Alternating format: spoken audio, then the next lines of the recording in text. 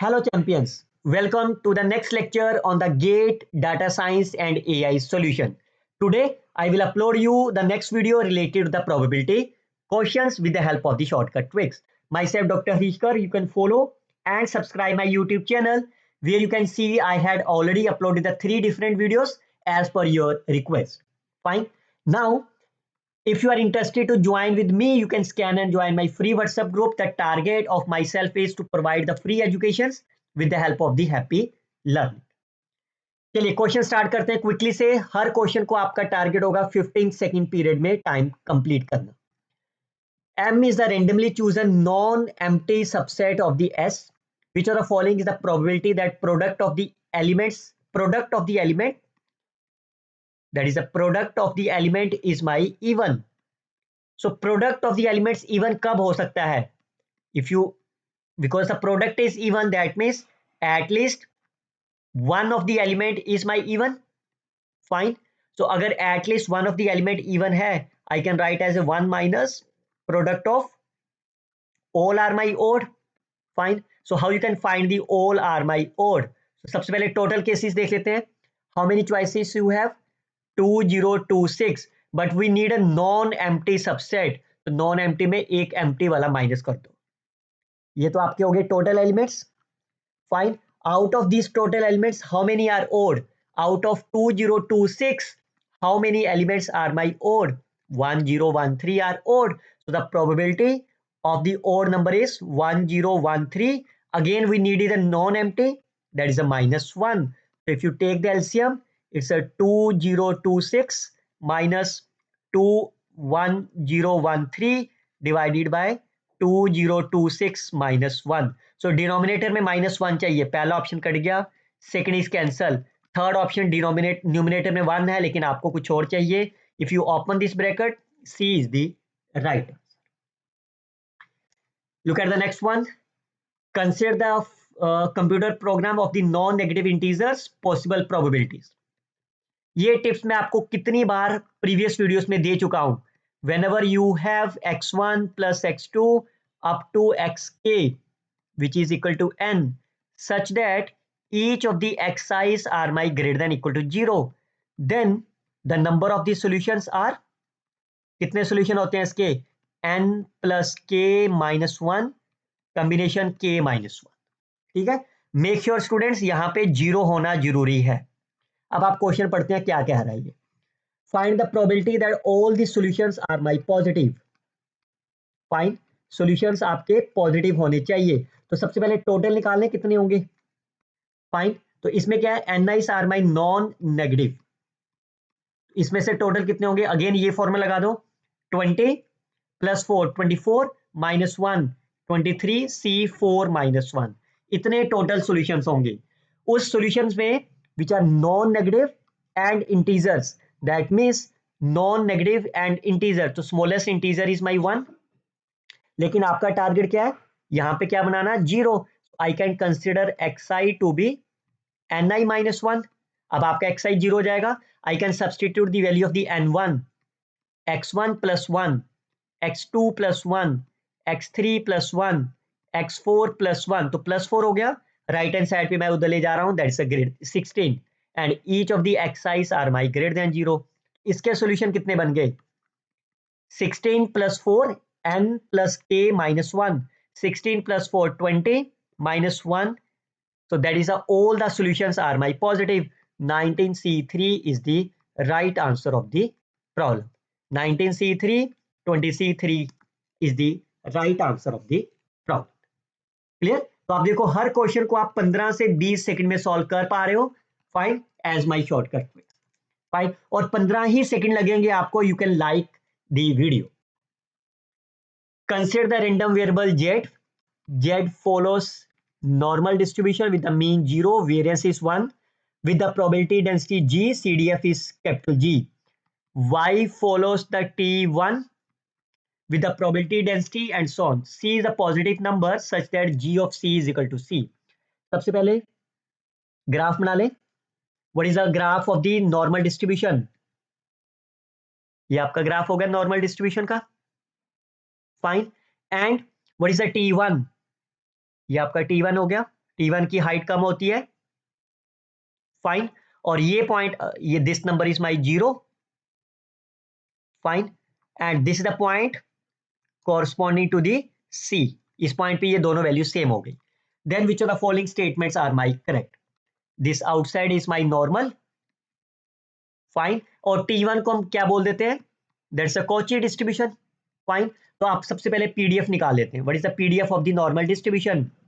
1 over root pi, sigma is my 1, e raised to power minus g of x लिख लेते हैं instead of writing as a z. Fine, this is the x square by 2 and h of x कितना हो जाएगा? Is a Cauchy distribution. Cauchy distribution is 1 plus x square. Fine. Now clearly say both the distributions are my symmetric about 0. Clear? So आप clearly say what is the capital G is the CDF.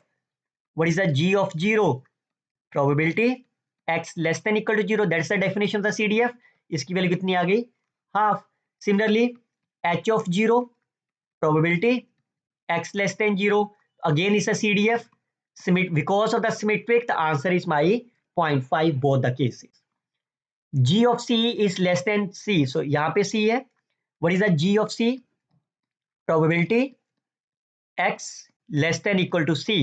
Fine, लेकिन जैसे ही x की value less than C होगी, fine, तो आप देखो normal distribution का CDF, normal distribution का CDF जो आपका बड़ा आ रहा है, नॉर्मल डिस्ट्रीब्यूशन का CDF है C, that must be greater than of the Cauchy distribution, but यहां पे उल्टा कह रहा है. फाइन, अब जैसे ही आपको ये नंबर ग्रेटर देन मिल गया, अब आपको दूसरे ऑप्शन में क्या चाहिए? Minus of C. So minus, and you can find the relation between G of C को माइनस C में कैसे लिख सकते हैं? यही होगा ना आपका, which is greater then of 1 minus h of minus C. तो यहां से क्या रिलेशन बन गया? G of minus C must be less than of h of minus C. तो that option is the correct option. और आप यहां भी देख सकते हो, ये नंबर आपका माइनस C होगा ना, फाइन, और माइनस C में देखो black line, this line is for my Cauchy, fine, और नीचे वाली लाइन आपकी नॉर्मल की है, तो Cauchy is more than of the normal. G of 0 that's a PDF. यहां से PDF निकालो. G ऑफ 0 कितना हो गया? 1 by root 2 pi, और h of 0 कितना हो गया? 1 over pi. Clearly say both are not equal. Right answer is A and C are the correct answer. Consider the exponential distribution with the mean lambda. Okay, ये तो बड़ा ही आसान है. What is the exponential distribution property of the conditional? I can use the memoryless property. Fine, because exponential distribution, in the continuous case, exponential distribution and the gamma distribution follows the memoryless property. So I can say this number is x is greater than 10 minus 5. And what is the probability of the x greater than 5? 0.35 is the right answer of the problem. X and y are the two independent random variable. X follows the Bernoulli distribution, y follows the normal distribution with a 0 and 100. Then your target is to find the variance of 2x minus 1. 2x minus 1 को h ले लेता हूं, h into y. Fine. Clear? So how you can find the variance? I can write as E of h square y square minus E of hy whole square. Fine. Because x and y are independent, that implies h and y are independent. Fine. तो अगर h and y independent है, I can write this number is E of h square, E of y square minus E of h, E of y. Fine. Now what is the mean of the y? Mean of the y will be 0. So that is my 0. So your target is E of h square. Can you find the variance? E of y square from the variance. That is my 100 plus EY square. Fine. So answer आपका हो गया 100 into E of h square. अब आप h निकाल लेते हैं. x आपका क्या है? Bernoulli distribution. तो बर्नौली डिस्ट्रीब्यूशन में x की वैल्यू क्या है? +1 होगी या -1 होगी? h की वैल्यू क्या क्या होगी आपकी? If x is a +1, 1. If x is a -1, sorry Bernoulli है तो x की वैल्यू 0 होगी या 1 होगी. If x is 1, h will be 1. X is a 0, h will be -1. Fine. तो जैसे ही -1 0 है उसकी प्रोबेबिलिटी कितनी होती है? क्यू 7/10 और इसकी 3/10. And your target is to find the E of H square. तो कितना हो गया E of H square? 3/10 -1 square is +1, so that will be 1. तो यहाँ पे फिल कर देते हैं. तो E of 100 into 1 is 100 is the right answer of the problem. X1, X2 and X3 are the n independent random variables which follows normal distribution with the mean 0 and 1. X bar again follows the normal distribution with the mean 0, variance sigma square divided by n. Which of the following statements is my correct? Summation of the xi square, chi-square. Chi-square कैसे बनता है आपका? This is my chi-square. Fine, with the degree of freedom 1. So let's define for the xi's. इसका z बना लेते हैं. Xi's mean is 0, standard deviation is 1. Fine. So that follows the chi-square distribution 1. And उसके बाद summation करना है. तो summation of the xi square again follows the chi-square distribution with the n degree of the freedom. So yes, the first answer is the correct one. Second one is with respect to the mean. तो mean के ऊपर आपको क्या relation होता है? n-1 s square divided by sigma square, which follows the chi-square of n-1 degree of freedom. So now you can substitute the s. What is the variance? Sample variance. Fine. Divided by n-1. So n-1 into s square, which is xi minus x bar square. और variance कितना आपके पास? Variance of the xi is my 1. It follows the chi-square of n-1. Yes, it is also the variance. Fine. Look at the third one. x1 square.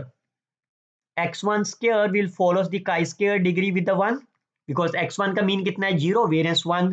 xn square also follows the chi-square distribution with the 1 and the sum of them will follow the chi-square distribution 2. अगर chi-square distribution 2 है तो mean इसका क्या होता है? N ही तो होगा ना. अच्छा, एक्सपोनेंशियल कह रहा है ये. Okay okay. तो chi-square distribution 2, chi-square distribution 2 को क्या मैं लिख सकता हूं? Gamma distribution of 1,2. फाइन. क्यों? अभी बता दे रहा हूं आपको. बिकॉज हम we all know chi-square distribution of the 2n follows the gamma distribution of n,half. So you can see n is my 1 and gamma distribution जैसे 1 आ जाता है that follows the exponential distribution with the parameter half. तो जैसे ही आपका parameter half हुआ, what is the mean of the exponential distribution? 1 over parameter, that is a lambda. Fine. So ये कितना हो गया? 2. So that is the exponential distribution. Fine. With the mean is the correct answer. Look at the last one. Now your target is to define the x bar. इसका भी बना लेते हैं z. x bar minus mu divided by 1 by root n. It follows the chi-square distribution with the degree of freedom 1. लेकिन यहाँ पे degree of freedom 2 कह रहा है. That option is wrong. A, B and C are the right answer of the problem. Let x is a discrete random variable with the CDF f. Fine. Which of the following statement is or are correct? So f is always a positive number. That means f is always a greater than 0. That's wrong because CDF, it may be possible as a 0. Why? Because for the discrete case, yes, CDF is always be greater than equal to 0. 0 भी possible है. Fine. Or you can write the CDF in terms of fx, probability at the point x is. ऐसे तो लिखते हो आप. Fine. अगर किसी case में प्रोबेबिलिटी आपकी 0 हो जाए तो CDF आपका पॉसिबल है ना 0 आपके पास. That means the first case is may not always true. Exact answer is greater than और इक्वल टू 0. पर यहाँ पे ऑलवेज कह रहा है पॉजिटिव. तो 0 भी तो हो सकता है ना आपके पास. नेगेटिव नहीं होगा, दैट्स फाइन, लेकिन 0 तो पॉसिबल है. F is a non-decreasing satisfied by the property, by the definition of the CDF. F has a jump discontinuity, fine. F is the left continuous, that's wrong. F is always with the right continuous, fine. So the right answer is B and C are the correct answer of the problem. For the given set, it is known that x bar and your target is to find the mean. Fine. We all knows इसका relation क्या होता है, xi minus xj, I varies from 1 to n, I varies from 1 to n, that is nothing but 2n summation of xi minus x bar. ये तो होता है ना आपके पास, तो वैल्यू फिल कर दो बस. इसकी वैल्यू कितनी आ गई, 2000 इंटू 99. इसकी वैल्यू निकाल लेते हैं, 2n से डिवाइड कर देता हूं एंड n विल बी 100. सो ये आंसर कितना हो गया, summation of xi minus x bar square. तो 2 से 2 कट गया, that is my 10 which is my 990. Fine, that is a value of xi minus x bar square. अब यहाँ पे फिल कर दो, this value is my 990. If you divided by 90, answer is the 10 is the correct answer of the problem. X follows the uniform distribution with the -1, y condition x follows the uniform distribution with the x square -1, x square plus 1. Fine. Your target is to find the correlations. So firstly we can find the covariance. यही तो होता है ना आपके पास correlation, variance of x, variance of y, that is a correlation. सबसे पहले covariance निकालते हैं. क्या फॉर्मूला होता है कोवेरियंस का, E of xy minus EX EY. Fine. So what is the E of x? You can see x follows the uniform distribution, so the mean will be a plus b over 2. So ये value तो आपकी 0 होगी. Fine. Now y का distribution आपको given नहीं है, but y condition x is given to you. I can write this number is y condition x. So can you find the mean of the y condition x? Again it follows the uniform distribution, so that will be sum divided by 2. Fine, which is equal to x square. If I substitute, it's a x square, it's a x cube. Fine, and over the -1 to +1, it will be 0. Fine, otherwise आप कर सकते हो ना, -1 to +1 x cube into 1 over 2, तब भी तो 0 ही आएगा आपके पास, because odd series is also 0. तो ये नंबर आपका कोवेरियंस 0 हो गया, that means correlation is also 0 is the right answer. Okay, look at this another one. A is a 5 cross 5 matrix such that each of the elements follows the Bernoulli distribution. तो इसका मतलब Aij are either 1 or 0.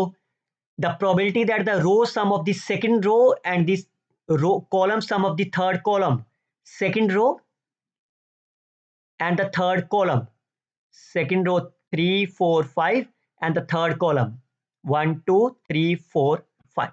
Second row third column is my 3. Clear, तो ये common element हुआ.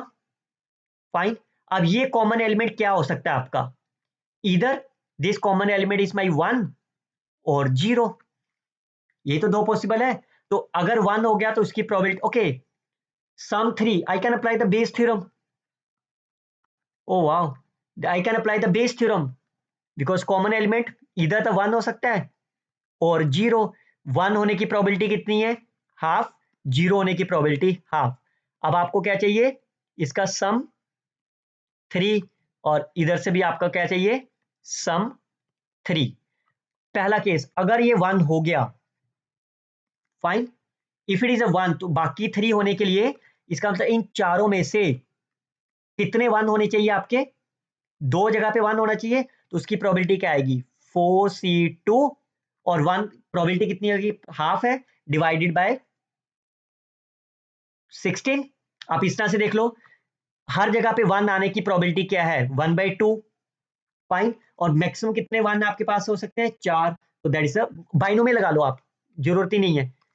It is P of x is equal to x is 4 में से x binomial. Fine, तो ये 4 ही रह गया ना आपके पास, x and 4 minus x. तो where x is the number of the ones, x is the number of the ones either in the column wise or the row wise. तो पहले row wise देख लेते हैं, this is for the row. Fine, चलिए एक साथ ही कर लेते हैं रो एंड कॉलम. क्लियर, इसको मैं मूव कर दे रहा हूं, I can write for you at this point. Clear? अब आप देखो इसकी प्रोबेबिलिटी कितनी हो जाएगी, पहले रो वाइज देखते हैं। इन चारों में से किसी दो जगह पे 1 आएगा, सो द प्रोबेबिलिटी इज 4c2 और 1/2 that's 16। Fine. Similarly column wise में भी 3 चाहिए ना सम इसका, तो 1 तो ऑलरेडी है, इसका मतलब इन 5 में से 4 में से कोई दो जगह पे 1 होगा, and both are my independent. ये तो आंसर हो गया, when this element is my 1। Second case, अगर ये एलिमेंट आपका 0 है तो इन 4 में से 3 जगह पे 1 होगा, 4c3 divided by 16, same binomial, multiply column wise भी देख लेते हैं, 4c3 डिवाइडेड बाय 16।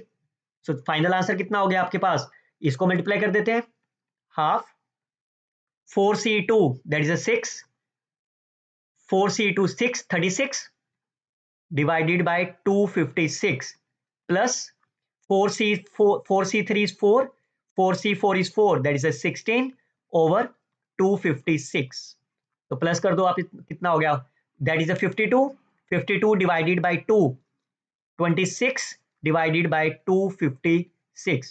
तो करो डिवाइड, 0 पॉइंट लगा के 0 कर दिया, 0.1। फाइन।